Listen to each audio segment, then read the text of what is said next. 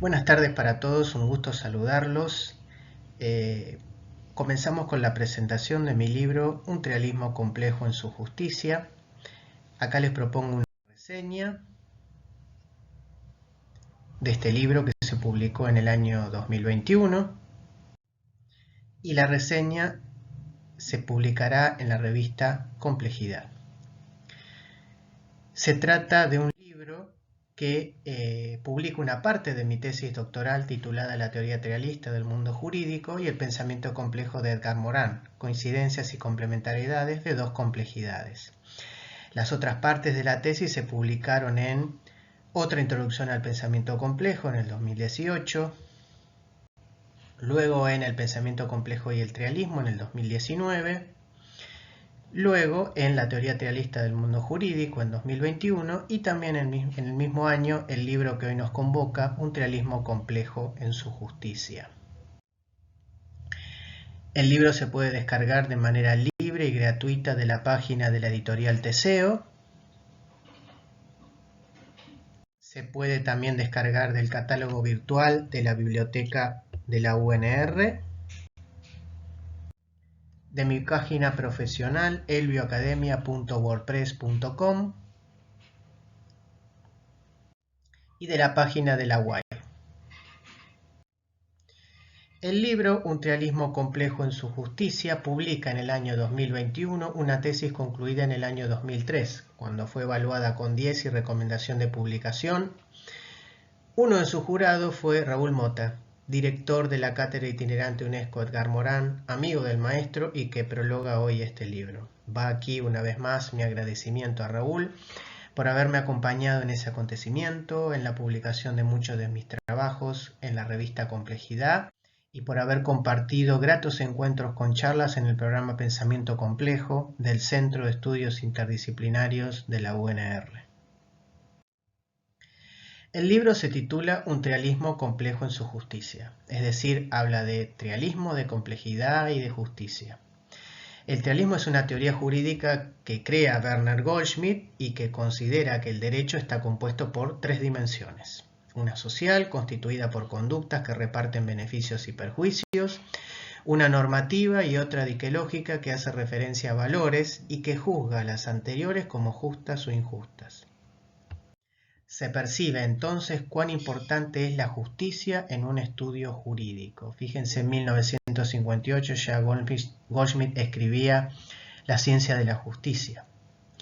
La relación con la complejidad es evidente, en tanto la filosofía del pensador francés alude a comprender un fenómeno con todas aquellas dimensiones que ayuden a entenderlo mejor, mostrando sus partes en el todo, sus relaciones, sus contradicciones, las singularidades y la importancia del sujeto en un ambiente que co-construye y que a su vez lo influye. Cabe aclarar, en función de la confusión a que da lugar el lenguaje televisivo, que cuando digo justicia hago referencia al valor justicia, no a los tribunales del Poder Judicial.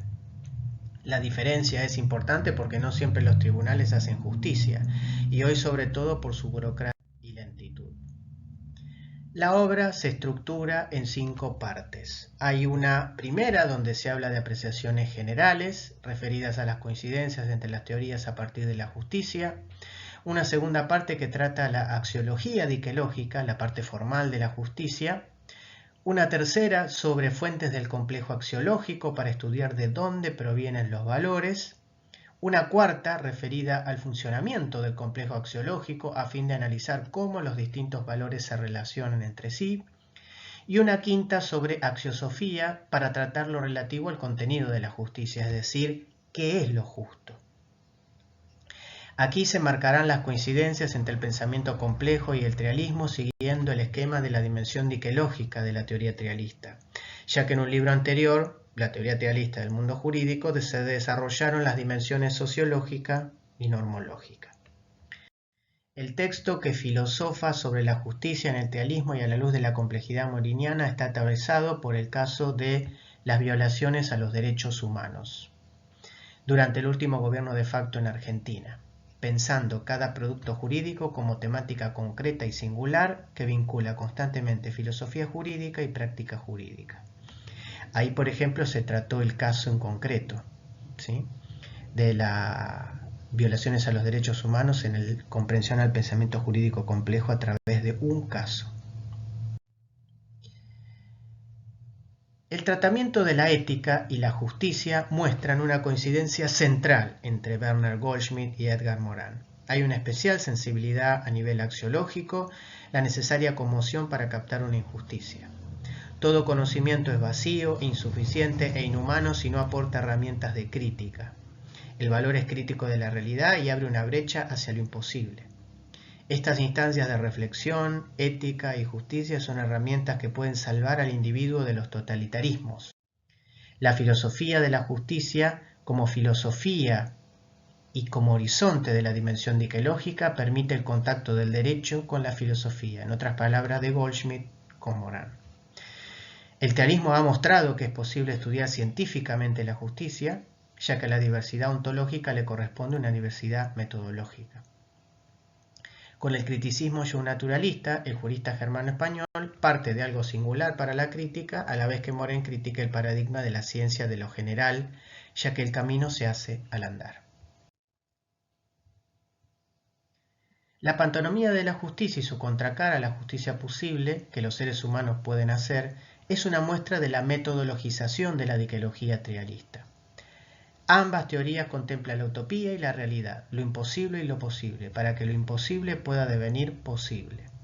La teoría trialista es un intento de desfraccionar, es decir, analizar exhaustivamente el concepto de derecho a fin de incluir en él no solo las prescripciones, sino sus bases y horizontes. Una pauta de justicia compleja implica denunciar la falta de justicia en todos los casos y todos los tiempos. Tener en cuenta la complejidad de la justicia lleva a pensar que a veces la mayor justicia puede suponer el mayor entuerto, como en el caso de las leyes de obediencia debida y punto final, que apuntaron a una justicia posible. He aquí el dilema del mal menor: no por hacer justicia se debe hundir el mundo. A veces la extrema justicia es injusticia extrema. Admitir la imprescriptibilidad de los delitos contra la humanidad es mantener viva la justicia frente a un principio de tipicidad penal que resulta inhumano, lo que evidencia un tratamiento complejo, no solo en función de la norma, sino en función del problema.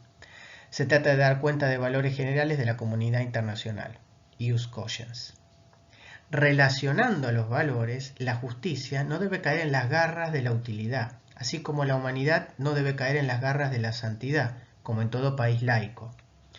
Armónicamente los valores se relacionan.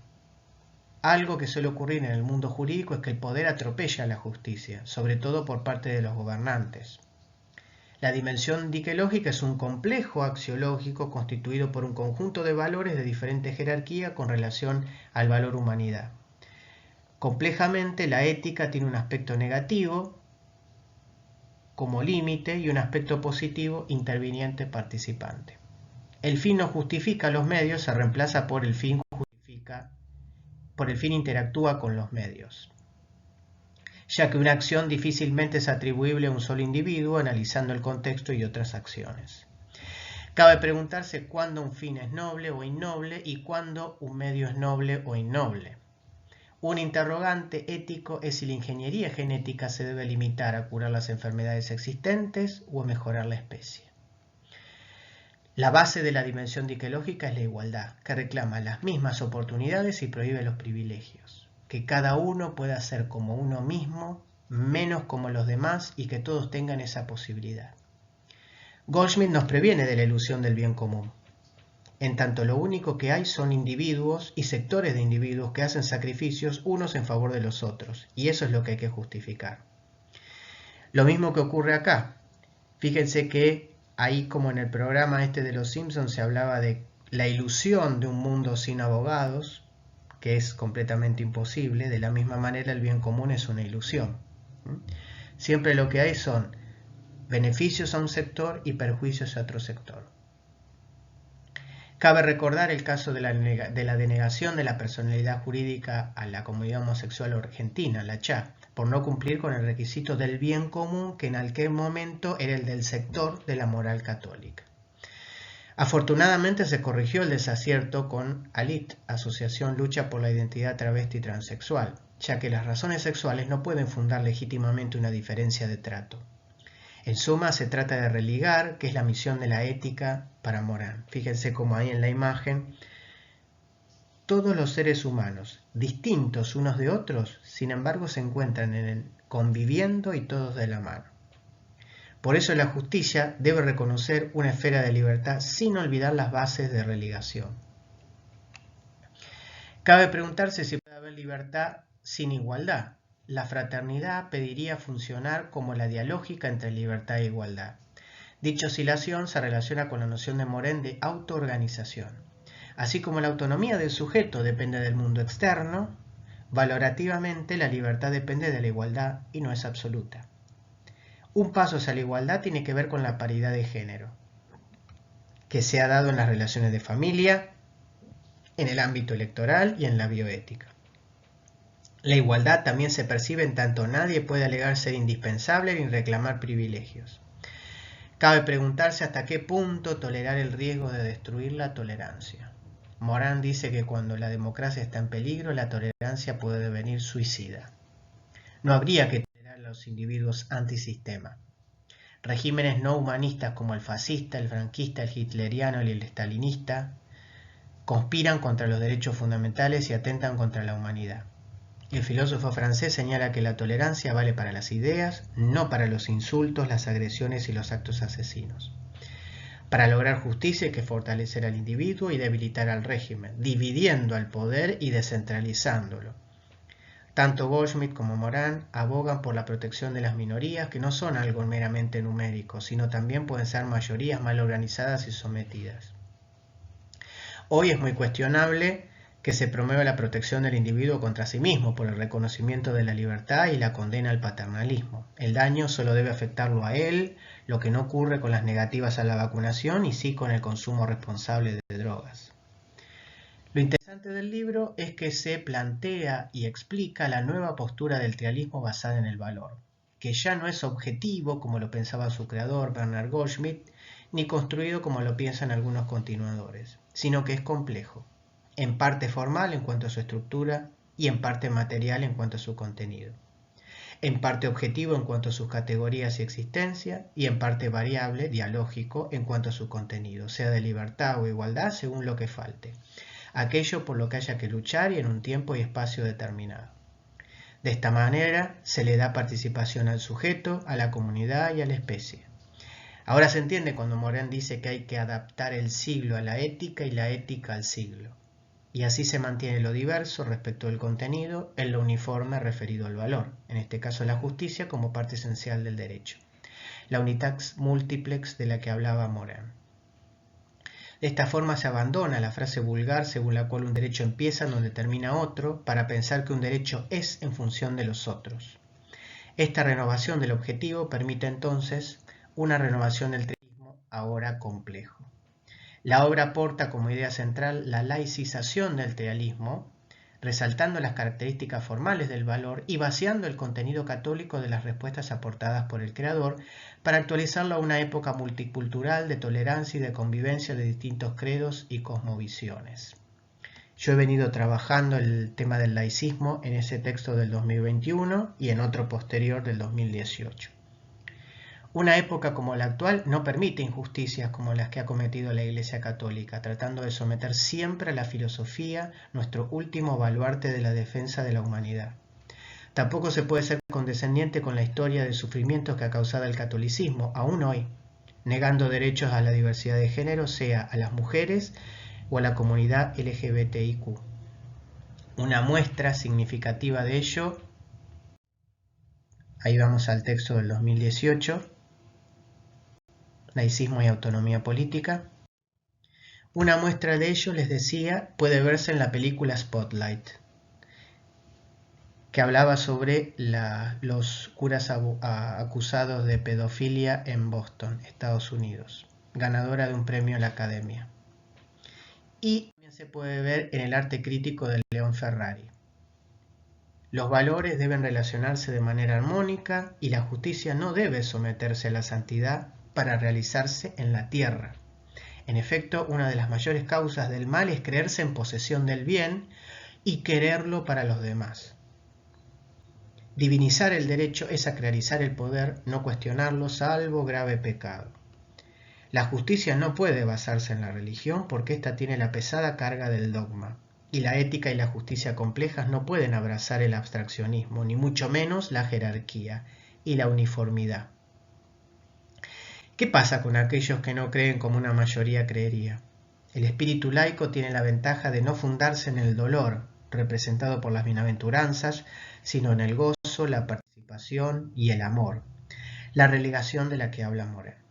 Siguiendo la máxima goldschmidtiana de que el mundo jurídico se renueva todos los días y la biodegradabilidad de las teorías de Morán, se replantea el supremo principio de justicia que reconoce la libertad pero en el marco de la igualdad, para que haya libertad en la medida que todos la tengan. Es esa fraternidad de la que habla el lema de la Revolución Francesa. Aquí se agrega la oscilación moriniana para que se propicie la igualdad o la libertad según de lo que se carezca en un tiempo y espacio determinados. Así se articulan las partes de realidad e idealidad del valor y las partes de estatismo y dinamismo en una teoría, que es entonces objetual y procesual. Por ello la obra aporta también una modesta reflexión sobre la siempre candente tensión entre los sistemas económicos, capitalista y comunista, baluartes de la libertad y la igualdad respectivamente. El derecho es y es en movimiento, para lo cual hay que comprenderlo en su complejidad. El trialismo ayuda a un análisis jurídico complejo, aunque no es la complejidad del derecho, así como el pensamiento complejo tampoco es el reflejo de la vida.